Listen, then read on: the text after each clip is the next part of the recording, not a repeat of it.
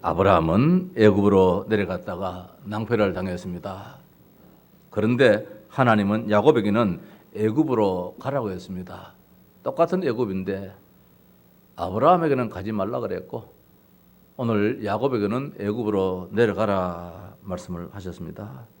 그것이 답입니다. 아골골짝 빈들일지라도 하나님이 가라 하면 가면 됩니다.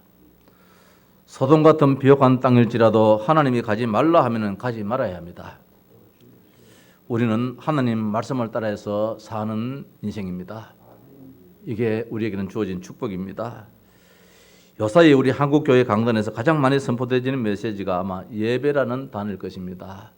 예배가 지금 어렵기 때문에 오늘도 조금 전에 임마누엘 교회, 부산 임마누엘 교회에 예배하는 그 상황을 볼 때에 그 많은 교인들이 없어요. 지금 정부 시책에 어떻든 협조하는 가운데서 덤섬덤섬 한 자리에 한 명 정도 이래서 교인들이 예배가 지금 안 되고 있는, 물론 영상으로 온라인으로 예배를 하겠지요. 이런 가운데서 우리가 어떻든 예배의 중요성, 조금 전 우리 최 장로님 기도하실 때에도 이 예배의 중요성에 대해서 또 간절히 기도를 했습니다. 방송에서도 인터넷에서도 예배는 절대적이다, 반드시 드려야 한다라고 목사님들은 메시지로 이 목소리를 높이고 있습니다. 이 교회의 본연이기 때문입니다.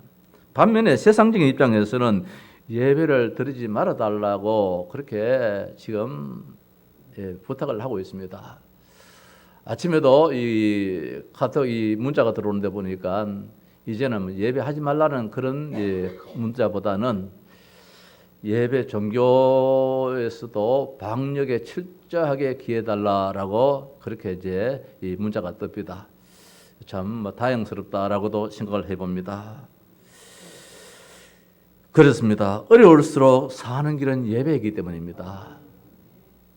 우리가 세상적인 입장에서는 전혀 이해가 되지 않는 말일지라도 성경의 하나님의 가르침은 어려우면 어려울수록 더 기도해야 되고 어려우면 어려울수록 더 예배하는 것이 살 길이라고 가르쳐주고 있습니다.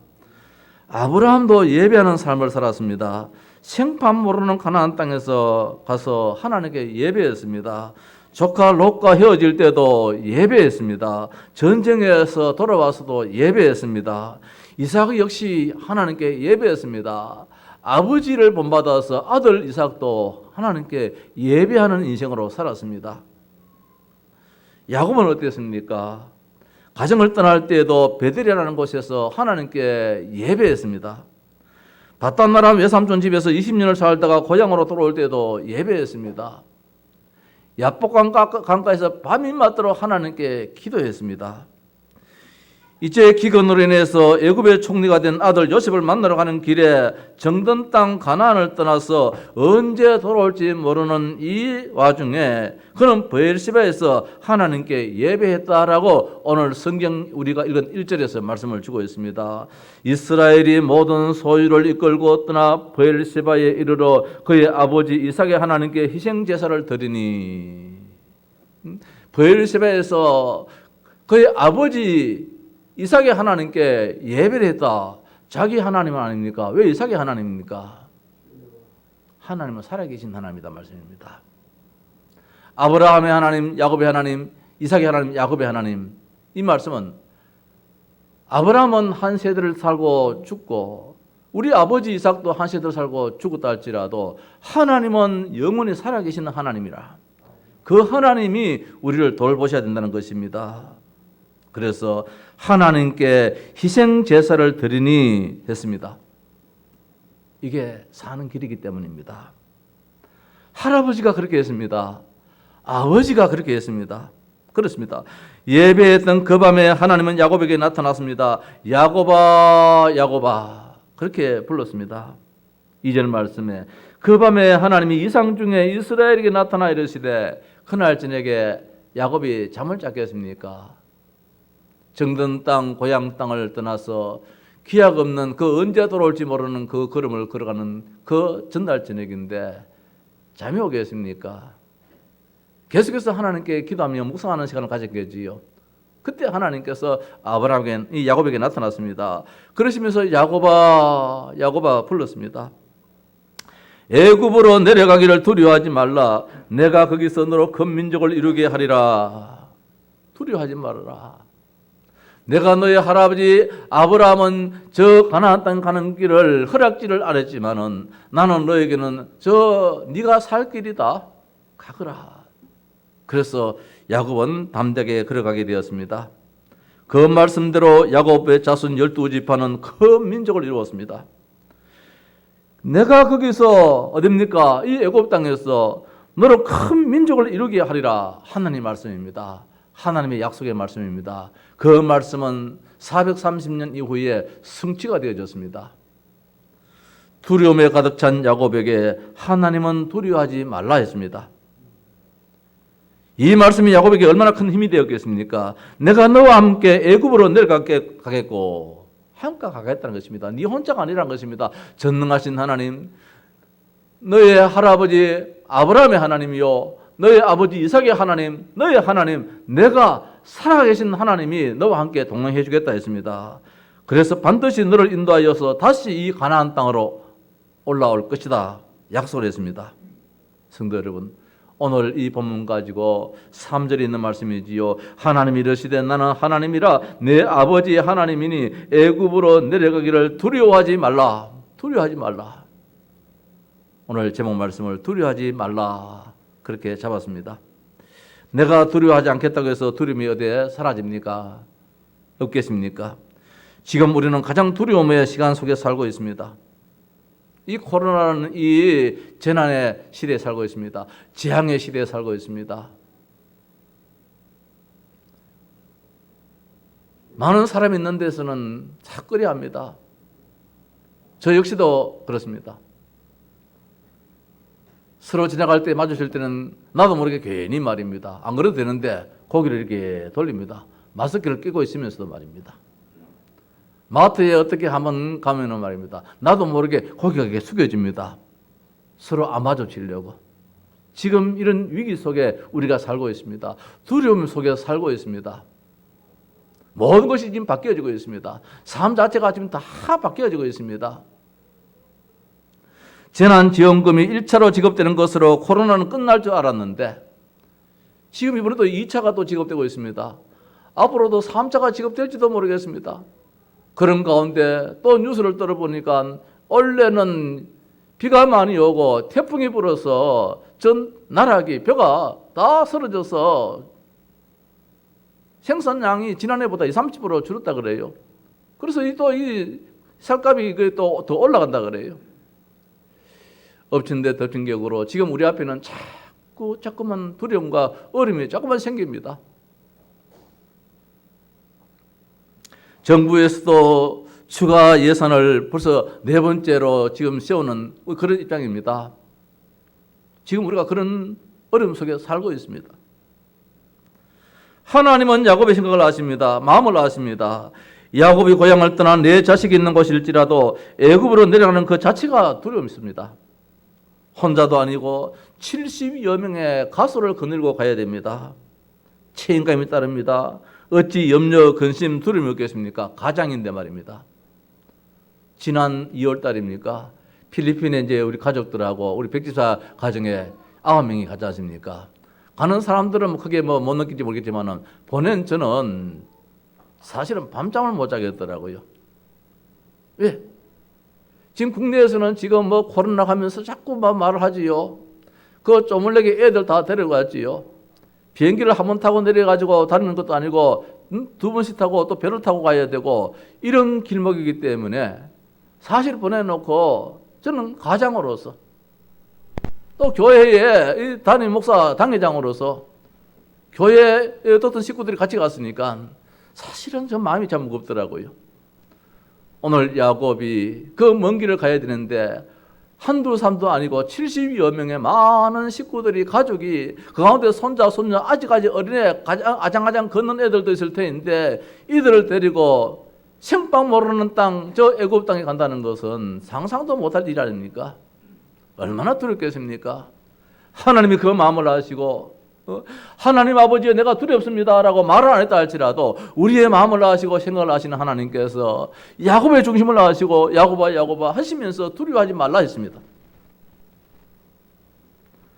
하나님은 우리에게도 마찬가지일 것입니다. 이 시대에 사는 우리들, 하나님의 자녀들에게 두려워하지 말아라. 그 음성을 들으시길 바랍니다. 저 역시도 여러 번 말씀했지 않습니까? 가장 내 인생에 결단 내려야 될 그 시간 속에 두려움이라는 것이 내 마음속에 자리 잡고 있었겠지요. 그때 이사야 41장 10절 말씀에 두려워하지 말라 내가 너와 함께함이라 놀라지 말라 나는 네 하나님 됨이라 이런 말씀 말입니다. 내가 너를 도와주리라 내가 너를 굳세게 하리라 말입니다. 나의 의로운 오른손으로 너를 붙들리라. 두려움 속에 있는 자에게 하나님은 말씀해 주십니다. 성도 여러분, 코로나 시대에 더 나아가서 포스트 코로나 시대에 합니다. 이 코로나 시대 이후에 어떤 상황이 펼쳐질지 사실은 모릅니다. 삶의 모습이 달라집니다. 옛날 잘 되었던 사업, 옛날 잘 되었던 모든 것들은 다 사라지고 없던 것들이 호황을 누리는 그런 지금 시대입니다. 무엇을 어떻게 해야 될지 모르겠습니다. 목회도 그렇습니다. 곰곰이 참 고민될 때가 많이 있습니다.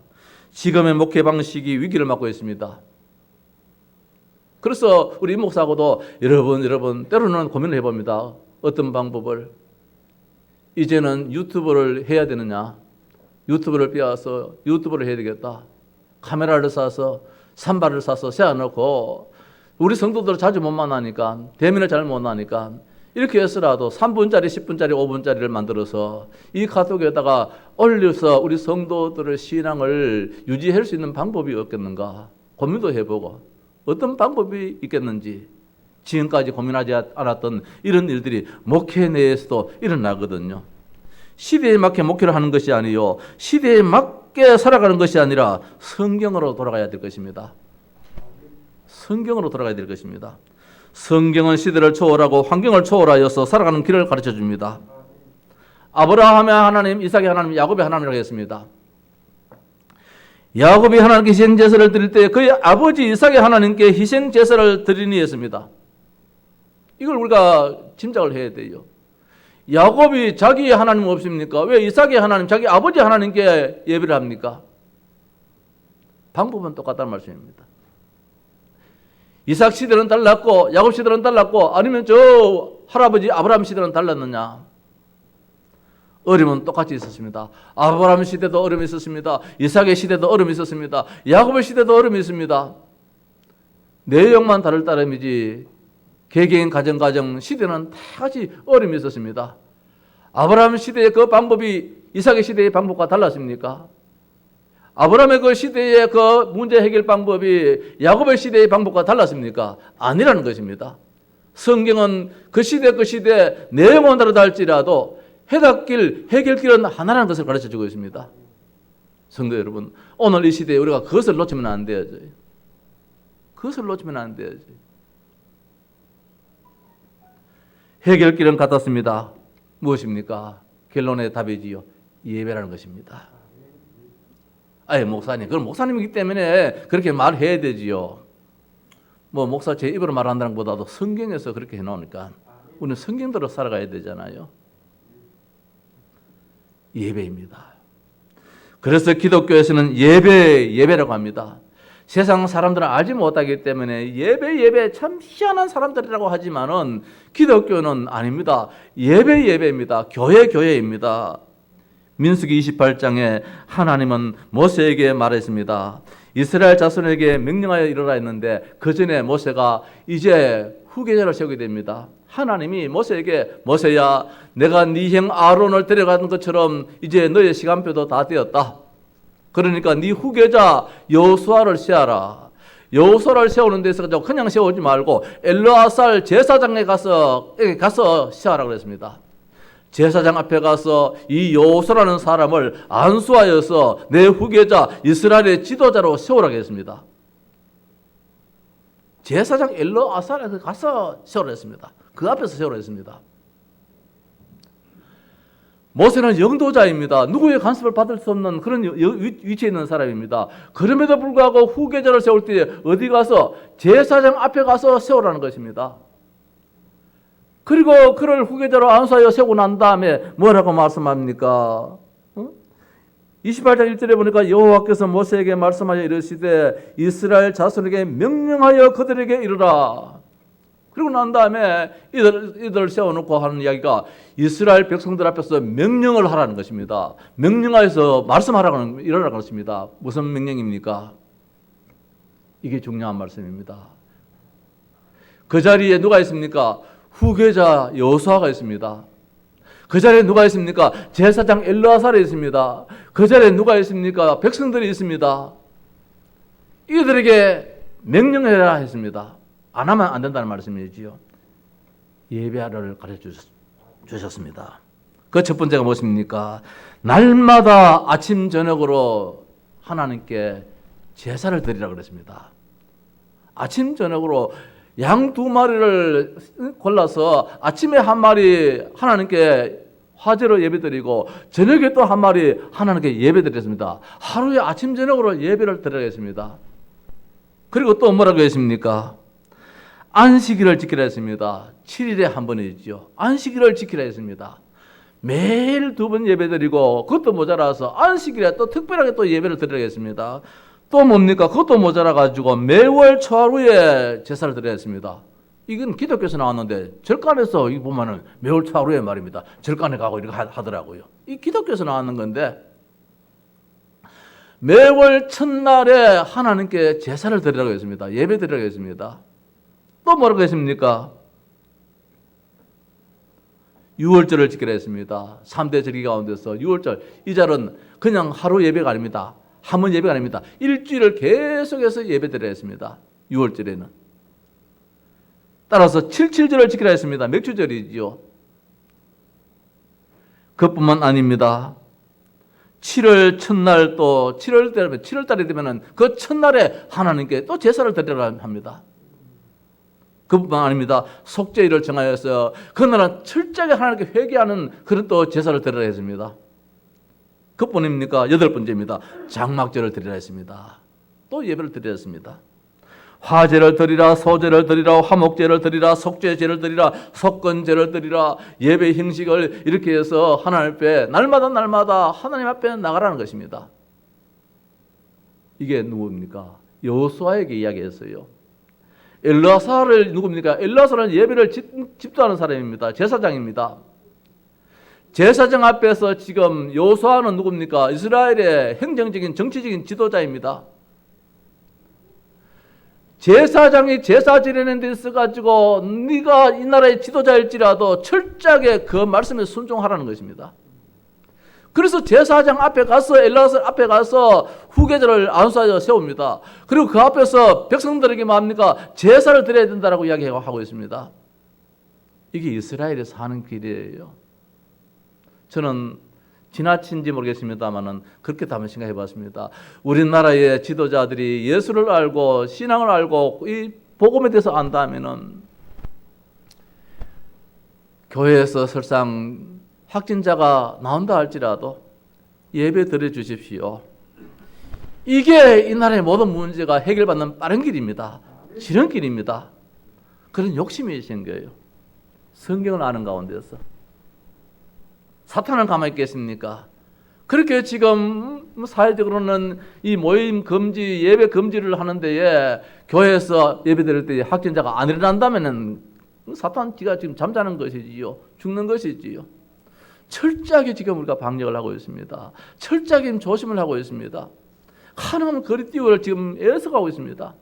우리 교회는 요만한 숫자이기 때문에 지금 이렇게 예배합니다만은 1000여 명, 수만 명 모이는 교회도 50명밖에 예배를 안 드리거든요. 이렇게 철저하게 관리하는 가운데서 우리가 신앙적으로 돌아가 본다면 한번 생각해 봐야 된다는 것입니다. 여호수아야, 네가 앞으로 이 나라를 이끌 지도자야. 지도자이지만은 엘르아살 제사장이 하는 일에는 간섭하지 마라. 제사가 전부 다야. 예배가 전부 다야. 하나님 떠나서는 다 있다 할지라도 있는 것이 아니야. 없는 것이야. 이걸 오늘 가르쳐주고 있는 말씀입니다. 민수기 28장 이 말씀이 모세에게 직접 이야기해도 됩니다. 그럼에도 불구하고 엘리야를 제사장 앞에 가서 후계자로 세웁니다. 제사장 앞에서 지금 이렇게 이야기를 하고 있습니다. 백성들에게. 이거는 세상은 모르잖아요. 세상 사람들은 모르잖아요. 우리 교회만에 알 수 있잖아요. 그래서 어떻든 지금 우리 교회에서는 예배에 대해서 이야기를 안 할 수가 없단 말씀입니다. 우리 성도님들이 설상 가정에서 예배된다 할지라도 이 예배의 중심만큼은 알아야 돼요. 성경에서 왜 예배를 그렇게 강조하는지. 기독교는 예배는 종교입니다. 예배는 기독교의 생명입니다. 기독교는 예배를 목숨까지 귀하게 여깁니다. 오늘 말씀이기 때문에. 두려워하지 말라는 말씀은 언제 들을 수 있습니까? 길을 가면서 들을 수 있습니까? 학교에 공부하면서 들을 수 있습니까? 직장에서 일을 하면서 들을 수 있겠습니까? 물론 들을 수도 있겠지요. 그러나 성경 우리에게 말씀해 주고 있습니다. 오늘 말씀 보니까 언제 들었습니까? 브엘시바에서 제사하는 그 시간에, 하나님께 예배하는 그 시간에 오늘 하나님은 야곱에게 나타나셔가지고 야곱아 두려워하지 말라. 성도 여러분, 예배하는 시간에 하나님의 음성을 들을 수 있습니다. 예배하는 시간에 하나님의 일을 받을 수 있습니다. 예배하는 시간에 내가 살고 인간이 살고 우리 가정이 사는 길을 하나님이 가르쳐 줍니다. 예배하는 시간에 해결길을 가르쳐 준다 말씀입니다. 예배하는 시간에 우리나라가 세계에서 이만큼 잘 되는 거 물론 정치적으로도 잘해서 맞습니다. 부정할 건 아닙니다. 그러나 한국 교회가 문매를 맞아가면서도 지금 예배에 지금 치중하고 있는 거 이걸 무시 못합니다. 저는 그렇게 믿습니다. 믿고 싶은 게 아니고 믿습니다. 이 예배라는 것이 말입니다. 사회적인 세상 사람들은 모르잖아요. 그러나 우리는 전쟁 속에서도 예배합니다. 늘 이야기했지 않습니까? 우리 아버지 언제 예수 믿었느냐? 전쟁통에 피난 가다가 저 산골짜기에서 산 깊은 곳에서 이웃집에 예수 믿는 사람이 그 가운데서도 예배했단 말씀입니다. 옆에서는 지금 피가 흘러가서 피를 흘리면서 죽어가는 그런 와중에도 예배하는 백성이 있었기 때문에 한국 전쟁이 끝이 날 수 있었습니다. 일제시대 때 말입니다. 감옥에서 그렇게 모진 고문을 가져가면서 순교를 당하면서도 예배하는 우리의 선조들이 있었기 때문에 해방을 맞게 되었습니다. 우리나라가 가진 것 없는데 말입니다. 불과지 40-50년 만에 이렇게 세계적으로 우뚝서 잘 사는 나라 말입니다. 여의도 광장에 100만 명이 모여가지고 예배하는 그것들이 그냥 아닙니다. 오늘 한국을 만들었습니다. 예배는 하나님을 최고로 기쁘시게 해드리는 것입니다. 하나님을 기쁘시게 하는 교회는 있는데 우리 교회가 예배가 없다면 하나님 절대로 기뻐하지 않습니다. 예배하는 교회이기 때문에. 예배는 모든 가치를 하나님께 돌리는 것입니다. 예배는 하나님께 절대 복종하는 시간입니다. 예배는 하나님께 모든 것을 맡기는 시간입니다. 예배는 나를 살리는 시간이요, 가정, 가문을 살리는 시간이요, 국가, 민족, 세계를 살리는 시간이 무엇이냐? 예배 시간입니다. 오늘 그래서 브엘세바에서 예배했다 그렇게 말씀을 주고 있습니다. 물론 야곱은 브엘세바에서 살지 않았습니다. 원래는 브엘세바에 살다가 아버지 이삭이 죽고 난 다음에 헤브론으로 이사를 갔습니다. 아버지 이삭이 헤브론에서 살았거든요. 이 헤브론은 할아버지 아브라함의 무덤이 있는 곳입니다. 아버지 이삭의 무덤이 있는 곳입니다. 어머니의 무덤이 있는 곳입니다. 여기에 이제 야곱이 아버지의 대를 이었기 위해서 헤브론으로 올라갔습니다. 이 브엘세바에는 자식들이 다 살고 있었어요. 그래서 이제 저 애굽 땅 요셉을 만나러 가면서 헤브론 땅에 살다가 이제 자식들이 있는 이 브엘세바에 왔단 말씀입니다. 그날 저녁에 70여 명의 모든 자식들을 다 불러 모았습니다. 지금까지는 자기 한두 사람이 하나님께 예배를 했겠지만은 오늘따라 이 시간에는 온 식구들 어린아이 할 것 없이 다 불러 모아서 70명의 총회를 이뤘습니다. 이게 복이에요. 저는 하나님께 감사하면서 참 우리 교회가 축복이다 싶은 것이 우리 교회 지금 300명, 500명, 1000명 되어지면은 이 자리에 요 숫자밖에 못 왔거든요.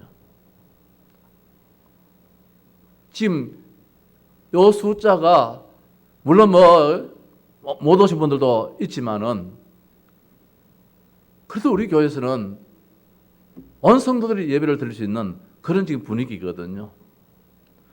오늘 이 야곱의 가정에 온 식구들 70여 명의 식구들이 다 한 자리 모여서 지금 예배하고 있다는 말씀입니다. 이 축복이 얼마나 큰지 몰라요.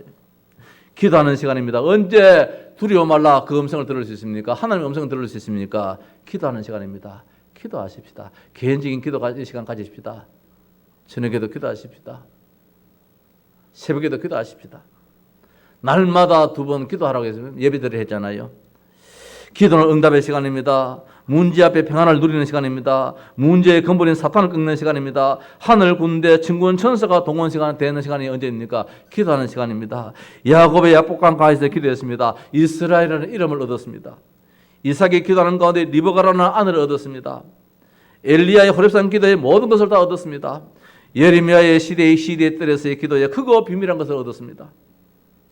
다니엘의 기도에 왕을 감동시키고 이후에 이스라엘 모르는 사람이 왕이 나타나가지고 이스라엘 성전을 재건하도록 허락했습니다. 바울의 감옥에서의 기도로 기적의 역사가 일어났습니다. 초대교회 마가다락방에서 합심하여 기도할 때 모든 닫혔던 문들이 다 열렸습니다. 우리나라가 전쟁 위기 속에서 기도하는 가운데 하나님은 이 나라를 살려주셨습니다. 너무 우리가 답답해하지 마시고 기도하십시다. 분명히 하나님은 좋은 길로 우리를 인도하실 것입니다. 언제 하나님의 위로에 두려워하지 말라라는 음성을 들으셨습니까? 말씀 가운데서. 하나님 말씀은 참된 위로의 시간입니다.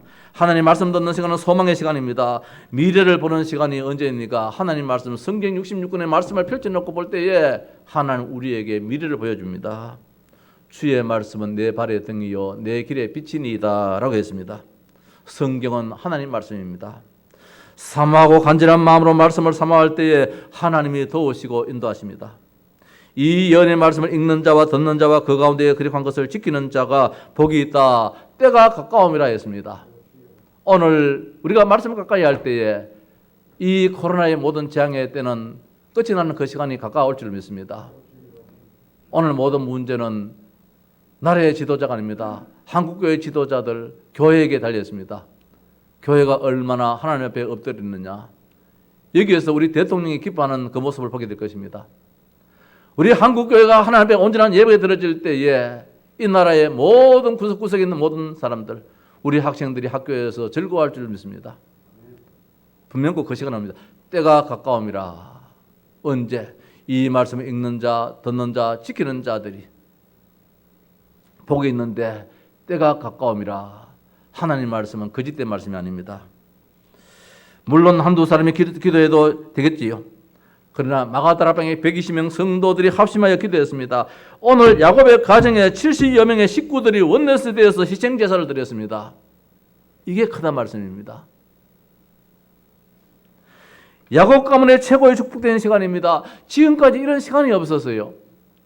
야곱이 지금까지 온 식구들이 자식들 12명이 있었다 할지라도 하나 되어서 예배한 적은 한 번도 없었어요. 이런 위기 속에서, 이런 어려움 속에서 함께하여서 하나님 앞에 합심하여 예배할 수 있던 것이 야곱의 가문의 축복입니다. 이것의 축복이 애굽 땅이요 고센 땅이요 람셋이었습니다. 다시 말씀드려서 야곱의 일가가 애굽 땅에 가서 정말 당당하게 평안하게 살았단 말씀입니다. 그 예배를 힘입어서 애굽 왕 바로에게 굴하지 않고 이 이방 백성이 말입니다. 한 나라의 왕한테 가서 머리에다가 손 얹고 안수 기도를, 축복 기도를 할 정도의 이런 축복이 오늘 이 시간 때문에 있게 되었단 말입니다. 살러 간 사람이 주는 땅에서 고맙게 살면 되지 말입니다. 고센 땅을 달라 주인 의식을 가지고 있었습니다. 그 구별된 땅에서 그 누구의 간섭을 받지 않고 오로지 하나님, 여호와 하나님만 섬길 수가 있었습니다. 가나안 땅에서도 온전히 예배할 수 없었습니다. 왜? 가나안의 문화가 있었기 때문에. 이제 저 고센 땅은 바로 왕의 손을 대지 않는 땅입니다. 저 고센 땅은 어느 지역입니까? 애굽 사람들이 간섭하지 않는 땅입니다. 하나님이 아예 그런 땅을 만들어 놨어요. 이들이 목축업을 하는 데 있어서 저 애굽 사람들은 목축업을 가정하게 하기 때문에 아예 상종을 하지 않도록 이제는 완전히 내 세상에다 살 수 있도록 만들어 놨어요. 하나님이 예배했던 야곱의 가정에 이런 길을 열어주더라는 것입니다. 말씀대로 큰 민족을 이루었습니다. 그 후 적과 꿀이 흐르는 땅 가나안으로 다시 돌아오게끔 되었습니다. 성도 여러분, 포스트 코로나가 두렵습니다. 코로나 시대 이후가 더 두렵단 말씀입니다. 다 바뀌고 있잖아요. 어떻게 해야 될지 두렵습니다. 모임이 예배인데 모이지 말라 합니다. 교회가 욕을 먹고 있습니다. 설상 모여도 교인들의 숫자가 줄어듭니다. 우리 교회도 사실 지금 그렇잖아요. 두려워서 지금 예배에 참석하지 못한 분들도 있잖아요. 뭐 나무랄 이런 날이지만 말입니다. 이것이 지금 코로나 시대란 말입니다. 예배를 드린 후에도 무언가 허전하고 아쉽습니다. 하루 종일 교회가 북적북적하는 가운데서 소모임이 없어져 버렸습니다. 신방도 잘 못합니다. 지금 우리 김순희 우리 이정선 집사님과 아직 상을 당하고 위로 예배를 드려야 되는데 이 코로나라는 것 때문에 가야 되냐 말아야 되냐 말입니다. 기도를 하고 있습니다만은 우리 목사님이 목사님 그래도 가서 예배 한번 위로 예배를 드려야 안 됩니까? 그래 말입니다. 그럼에도 불구하고 지금 이것이 자제되고 있는 이런 형편입니다. 사람 직접 만나서 불과 이거 보면 몇십 센치 거리 두고 이렇게 만난다는 것이 사실은 참 이 고민스러운 거거든요. 전도 현장에도 사실 잘 못 갑니다. 사람을 못 만납니다. 세상의 모든 것이 어렵지만 교회는 더 직격탄을 지금 맞고 있는 것이 현실 아닙니까? 그러나 살 길은 무엇이냐? 오늘 말씀처럼 예배뿐이라는 겁니다. 예배뿐이라. 나누어서라도 1부, 2부, 3부 나누어서라도 지금 이것이 복잡하다면 말입니다. 10명씩 5명씩 나누어서라도 전 성도들이 교회 중심하여서 예배하는 것이 내가 사는 길이에요. 내 개인이 사는 길이에요. 그래서 그걸 한번 고민해 봐야 되겠어요. 주일날 1부 예배 한 번만 해서 한보다도 2부, 2부, 4부 나눠서라도 예배 드려야 되는지. 정말 모든 것이 기도의 제목입니다. 피할 길을 주시겠지요. 해결길을 주시겠지요. 하나님이 우리의 걸음을 분명히 지키시고 인도하심을 믿습니다. 성도 여러분, 다시금 시작하십시다. 움츠러들지 말고요. 무엇이 빠른 길인지. 우리 가정 복음화를 볼 때에, 우리 가문 복음화를 볼 때에 우리 아버지의 담대함이 있더라고요. 설상 행정한 길이 말입니다. 원수 비슷하게 지는 것 같이 그렇게 행동을 했어요. 옛날에 보니까. 종기 좋다고 말입니다. 그 제사할 때에 옆에 가가 있으면 될 수 있는데 아예 가지를 않아요. 아예. 보통 뭐 가기도 안 합니까? 아버지가 세상 떠나서 아버지 제사인데 이 제사를 내가 안 드린다 할지라도 큰 집에서 뭐 작은 집에서 드리면은 그래도 우리 아버지인데 우리 어머니인데 우리 아버지가 그러면 가서 말입니다. 절을 안 해도 가서 이렇게 뒤에 있을 수 있는데 아예 그거까지도 끊어버리더라고요. 그런데 우리 가문이 뭐랄까요? 일찍 복음화 되어졌어요. 우리가 생각할 때는 되게 저라면은 안 돼. 저라면 예수 믿을 사람 아무도 없어. 이렇게 볼 수 있지만은 아니라는 것입니다. 우리 가문이 정말 큰 집 작은 집 할 것 없이 많은 가정들에서 중직자들이 나오고 목회자들이 나오고 사람 생각과 달라요. 예배 우선적으로 생각할 때 제가 어떻겠습니까? 학교에는 몸이 불편해서 아파서 못 간다 할 때에 그래 그렇다고 해서 뭐 내가 결석을 많이 한 건 아닙니다만은 6년 동안 다니면서 2번 결석했으니까 잘 다녔잖아요. 초등학교 때. 그런데 예배에 안 가려고 하면 어떻게 하든지 예배를 가게 만들어요. 열이 난다 할지라도 예배 가게 만들었어요. 나는 우리 아버지가 참 바르게 키웠다고 생각합니다. 오늘 이 시대에 우리가 세상적으로 일 본다면 교회는 없어져야 됩니다. 예배는 아무런 소용도 없습니다. 이 나라 이 민족에 사는 길은 예배밖에 없어요. 여호수아가 이스라엘을 이끌어 가야 됩니다. 그 백성을 이끌어 가야 됩니다. 네 능력으로는 안 된다는 것입니다. 엘라사의 제사장 앞에 가서 제사장이 하는 대로 네가 거기에 협력해 주라는 것입니다. 아침 저녁으로 매일 예배하는 데에 네가 협력해 주라는 것입니다. 안식일에 예배에 협력해 주라는 것입니다. 한 달에 첫날 예배하는데 거기에 협력해 주라는 것입니다. 아무리 정치적으로 바쁘다 할지라도 예배 이상은 없다는 것입니다. 이것이 하나님이 그 백성 이스라엘에게 주신 명령이에요. 그것 때문에 하나님은 저 이스라엘 백성들을 저렇게 복을 주셨어요. 오늘 우리나라 이 백성들이 교회 중심으로 사는 가운데서 우리만이라도 예배의 중요성을 그렇게 알자는 것입니다. 알고 가정에서 예배를 드릴지라도 예배가 이렇게 참 전부다구나, 이렇게 중요하구나. 그래서 사탄은 예배를 막기 위해 가지고 별의별 짓을 다 하는구나. 이해를 해야 되겠습니다. 교회는 교회입니다. 예배는 예배입니다. 하나님을 만나야만 살 수 있습니다. 그래서 예배는 막아서도 안 되고 예배는 막혀서도 안 되는 것입니다. 이제 우리 교회는 조만간에 온전한 예배가 드려질 수 있도록 우리는 정말 기도하십시다. 코로나는 하나님이 해결해 줘야 됩니다. 사람이 해결할 수 없습니다. 우리의 삶을 하나님께 맡기십시다. 야곱의 가문에 예배가 없었다면 고센 땅에 축복이 없습니다. 아무것도 아닌 것처럼 보이는 예배가 미래를 좌우합니다. 모든 것을 해결하고 창조 역사를 만들어가는 것이 무엇이냐? 예배라는 것입니다. 오늘 가정에서 예배하는 분들도 오늘 이 말씀을 가슴 깊이 새기시면서 저 뒤에 낮게 의자라도 우리가 별도로 놓더라도 이 앞에서도 놓더라도 우리 교회 식구들은 이 자리에 다 예배할 수 있어요. 우리 교회 지금도 많이 비어 있잖아요. 군데군데 비어 있잖아요. 그 만남에 두려워하지 말고 한 주에 한 번 드리는 예배가 나의 삶을, 내 가정의 모든 삶을 움직여 나간다는 것을 확실히 믿으시고요. 두려워하지 말라. 예배 시간에 들을 수 있는 위로의 말씀입니다. 소망의 말씀입니다. 해답입니다. 이번 한 주간 동안도 정말 내 개인적으로도 가정에서도 예배 성공자가 다 되시기를 주님의 이름으로 축원합니다.